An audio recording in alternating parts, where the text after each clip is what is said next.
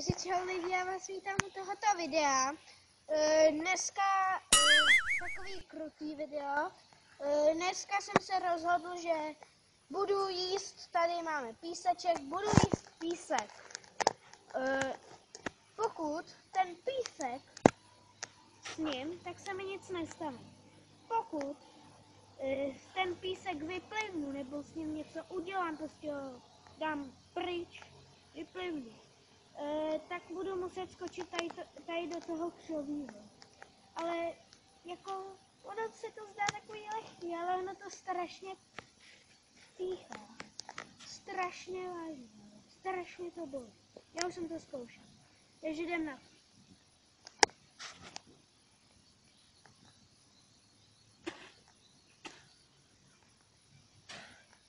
Jako promiňte, ale to se vážně nedá.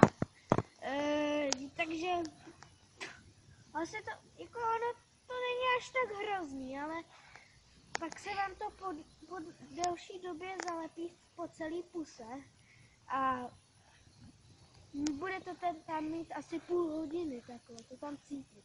No nic, já jsem to nedal, takže já jsem slíbil, že do toho skočím. Kamikaze! Oh, ty pečo! To strašně bolí! A ještě jsem se tam bouknul do nějakou větev.